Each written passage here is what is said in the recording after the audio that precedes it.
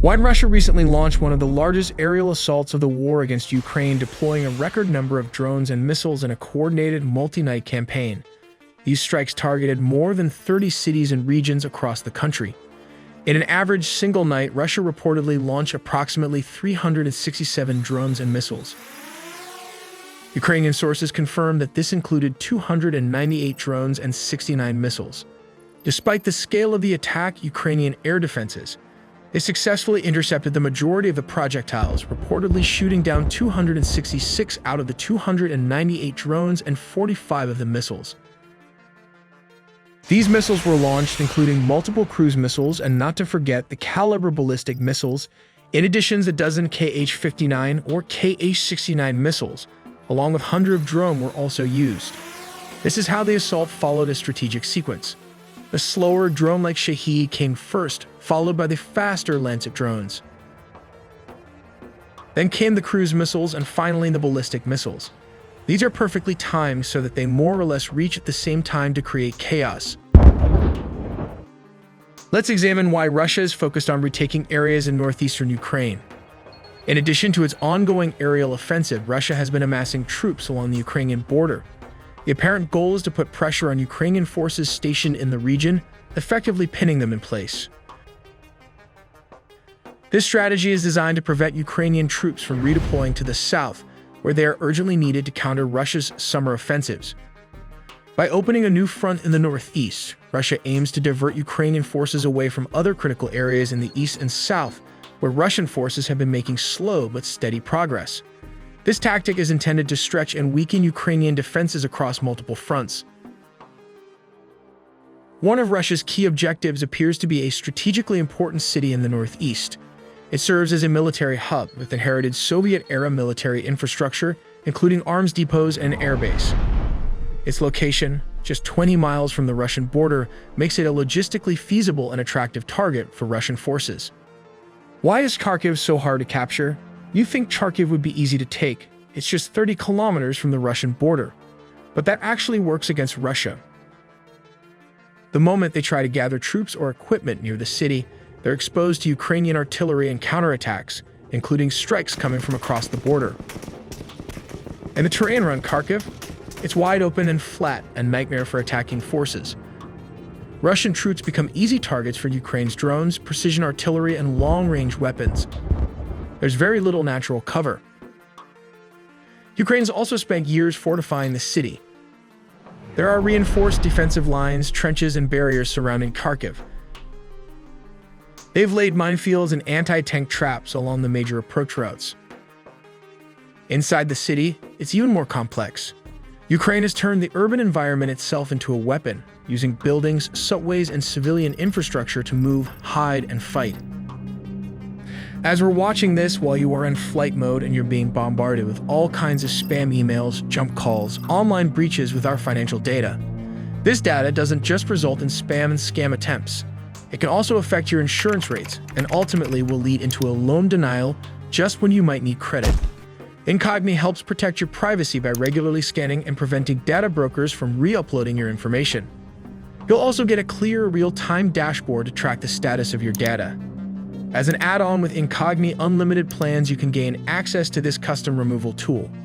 Now, try searching for yourself, your full name, city, and state. You'll probably be shocked to see how many websites publicly display your private information. That's where Incogni comes in. Copy the link of any site exposing your information. Go to the custom removals tool, paste the link, and click submit. That's it. Then wait about 30 to 45 days, and just like that, your data is removed. So take your personal data back with Incogni. Use code AITELLY with the link below incogni.com/AITELLY and get 60% off on an annual plan. But to really understand why Putin invaded Ukraine, we need to try seeing things from his or Russia's point of view. And for that, we have to rewind all the way back to the Soviet era. At that time, Russia controlled a vast expanse of land across Europe, and its borders were much easier to defend. The northern European plain, which runs through much of Eastern Europe, didn't extend as far into Russia, making it harder for invaders to reach the Russian heartland. If NATO had wanted to strike, it would have had to pass through a narrow, flat region in central Germany. After the fall of the Soviet Union, the political and security situation in Europe changed dramatically. NATO, which was originally a defensive alliance, began expanding steadily. In 1999, countries like Poland, Hungary, and the Czech Republic joined. Then in 2004, NATO added Bulgaria, Romania, Slovakia, Slovenia, Estonia, Latvia, and Lithuania. In the following years, Croatia and Albania became members in 2009, Montenegro in 2017, and North Macedonia in 2020. As NATO continued to expand eastward, Russia became increasingly alarmed. Its greatest fear was that Ukraine, which shares a 2,300-kilometer border with Russia, might eventually be invited to join the alliance. For Moscow, that would have been a huge strategic problem. The idea of NATO moving closer to Russia's doorstep was something it simply couldn't overlook. Let's take a look at the timeline from 2014. Ukrainian President Viktor Yanukovych abruptly pulls back from signing the long-anticipated free trade agreement with the European Union. The decision sparks massive protests across the country, as many Ukrainians see the move as a step away from European integration and a tilt toward Russia. March 2014, with Russian troops already in control of Crimea, the region's parliament votes to secede from Ukraine and join Russia. A public referendum follows, with 97% of voters reportedly supporting the move, though the results are widely disputed by the international community. April 2014, tensions escalate as 40,000 Russian troops amass on Ukraine's eastern border. Violence erupts in the Donbas region, where pro-Russian separatists clash with Ukrainian forces. April 2021, Russia ramps up its military presence near Ukraine, deploying around 100,000 troops to the border. In response, Ukrainian President Volodymyr Zelensky calls on NATO to accelerate Ukraine's path to membership, citing growing security concerns. This is a map of Ukraine in the year 2022. The area marked in red shows Crimea, which Russia had already annexed. This is February 2022. At this point, a critical mistake was made by the Russian generals. They assumed that taking Ukraine would be easy and spread their forces across the country. This is the map from March 2022. The areas marked in red and checkered show the rapid advance of the Russian army.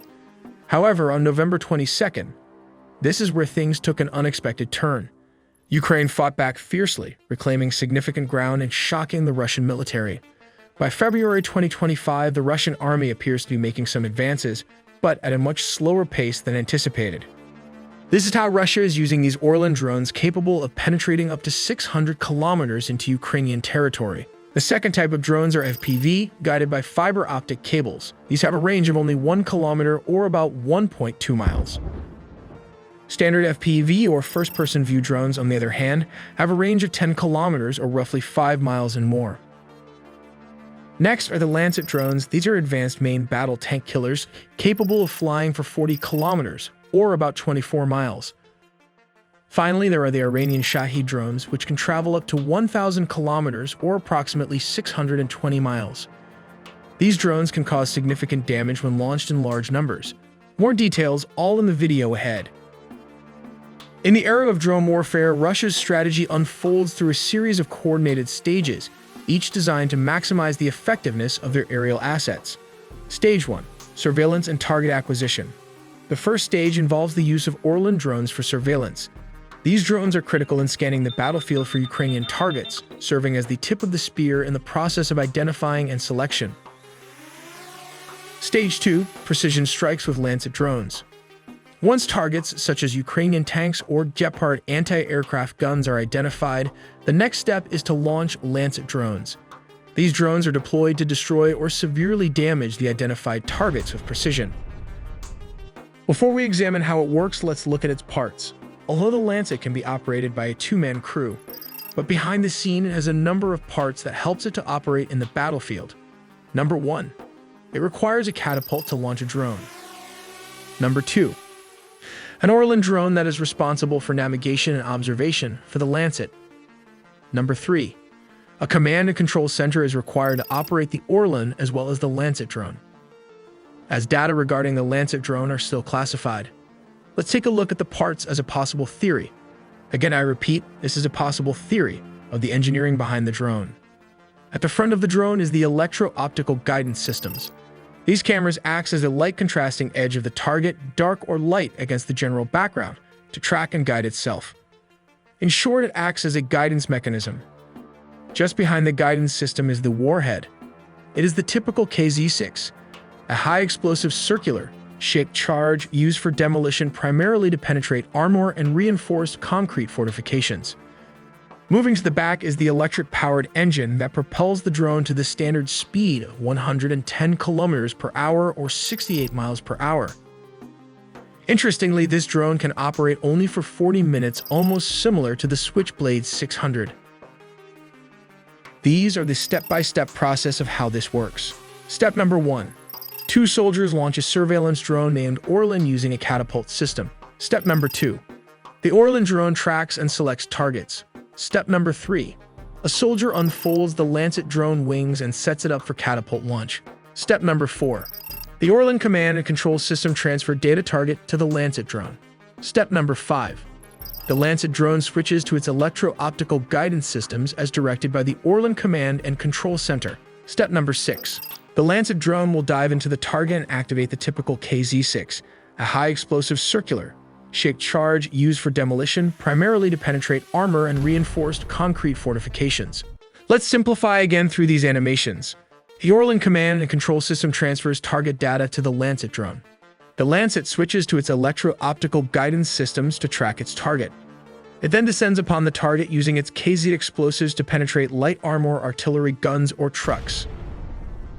Stage 3. Saturation attacks with Shahed drones. In the third stage, Russia employs low-cost Iranian Shahed drones which are launched in large numbers, sometimes up to 200 at a time. The affordability of these drones allows for mass deployment, overwhelming Ukrainian defenses, and increasing the likelihood of successful strikes. The sheer volume of Shahed drones in the air serves to saturate the battlefield, making it difficult for Ukrainian forces to counter all of them. Do check out our original animated video on anti-aircraft gun like the M2 Browning, how to fire at an enemy aircraft, and the Zu-23 and how to operate them. So stay subscribed to not miss a beat.